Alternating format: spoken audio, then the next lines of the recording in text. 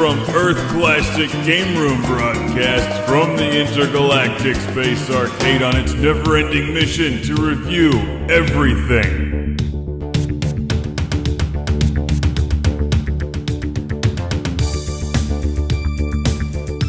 Welcome to Classic Game Room for the review of Senran Kagura on the Vita. Yes, it's a weird game, but it plays really well. Let's check it out.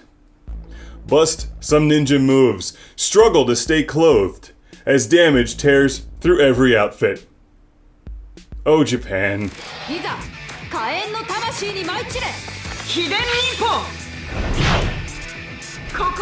The ladies return in 2014's Senran Kagura, however you pronounce it, Shinovi Versus. It's the Let's Get Physical edition. Yes, it's the kind of game you may feel dirty playing, except it's really good. You can almost imagine the situation unexpectedly. The door swings open. Mom! Dad! No! It's not what it looks like. I'm not just playing a game with half-naked girls and swords. I'm playing a really good game with half-naked girls and swords.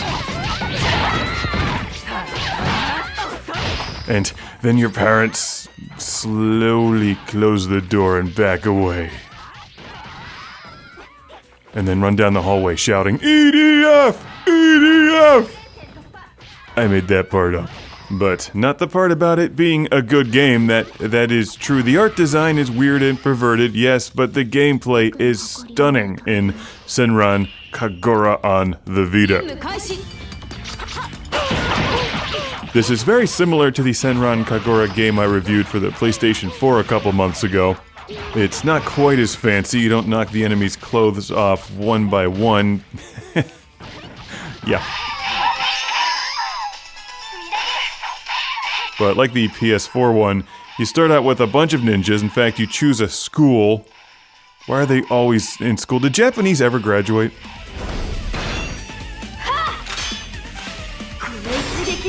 I just picture them as a people perpetually in high school.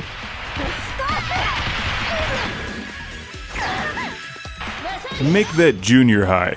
This whole game is like reading Shiro's later Ghost in the Shell manga.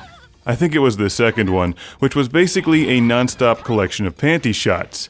Yet somehow within that, he managed to write an incredible book. Some of you are probably thinking, what's wrong with him? That sounds awesome. I think the relentless, never-ending panty shots distracted the reader from the artwork and the storyline and the plot. This game kind of suffers from the same thing. I get it. It's supposed to be silly and funny. They're sexy ninjas.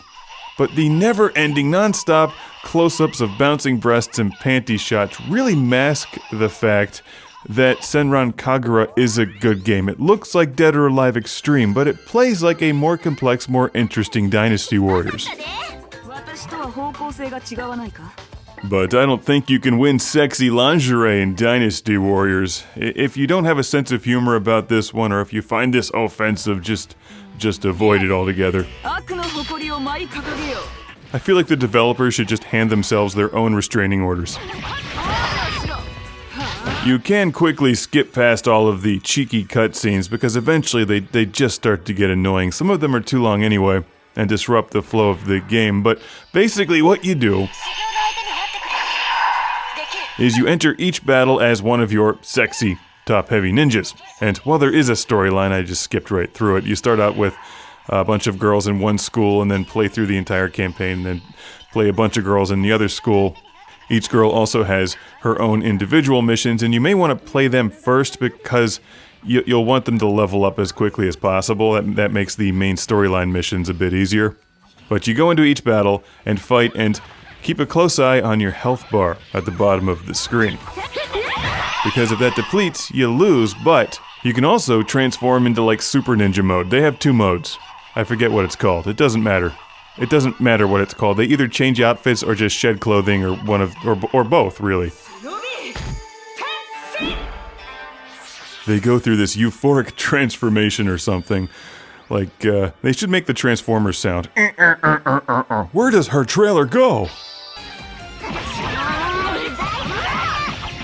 Suddenly, they're more powerful and can use those ninja scrolls or ninja arts or whatever to pull off some super moves, and those are key for boss battles. So, it's kind of like Dynasty Warriors. You fight your way through waves of enemies, and then you encounter the end boss, one of the girls from the other school or whatever.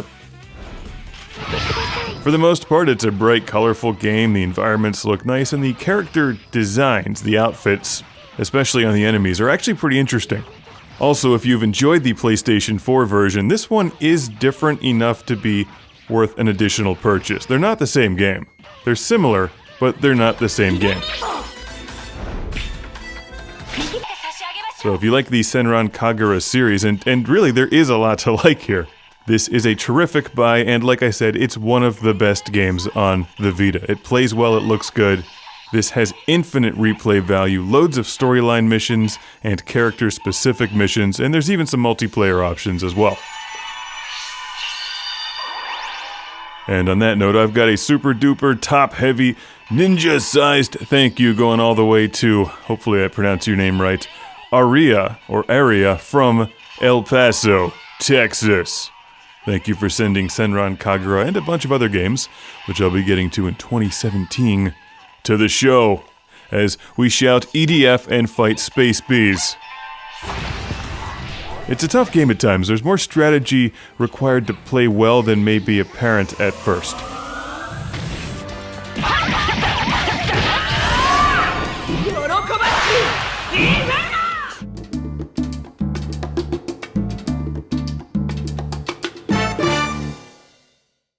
Welcome to the Lord Carnage Club, being shouted from a turbo volcano! Let's thank these Patreon backers, starting with Jeff Breyer. Derek Langley. Michael and Ariana Nelson. Michael Fernandez. Steven Chucknick. Al Stever. Rick DeBarros. Jason Goy. Sergio Matthias Hergert. Chip Sankbale. Busy Signal. Sean Zoltek. Philip Straubenmuller. Jack Stavris. Ohad Kane. Ian Shore. You sure are awesome. And Tiago Pereira dos Santos Silva. Tiago Pereira dos Santos Silva.